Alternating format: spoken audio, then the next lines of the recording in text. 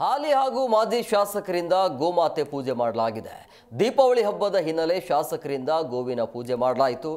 ದಾವಣಗೆರೆ ಜಿಲ್ಲೆ ಹೊನ್ನಾಳಿಯ ಶಂಕರ ಮಠದಲ್ಲಿ ಪೂಜೆಯನ್ನು ಮಾಡಲಾಗಿದೆ.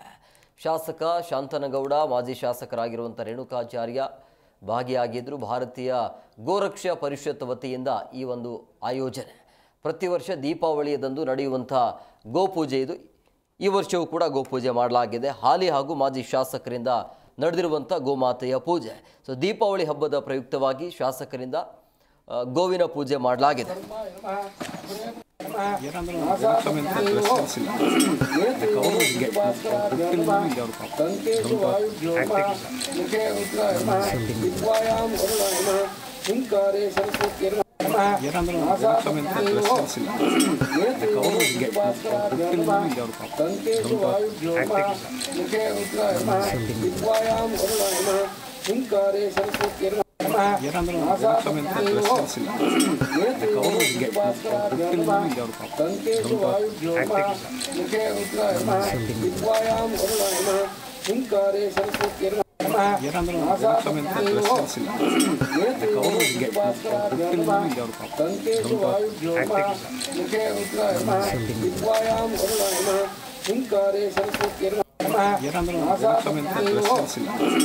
Saraswati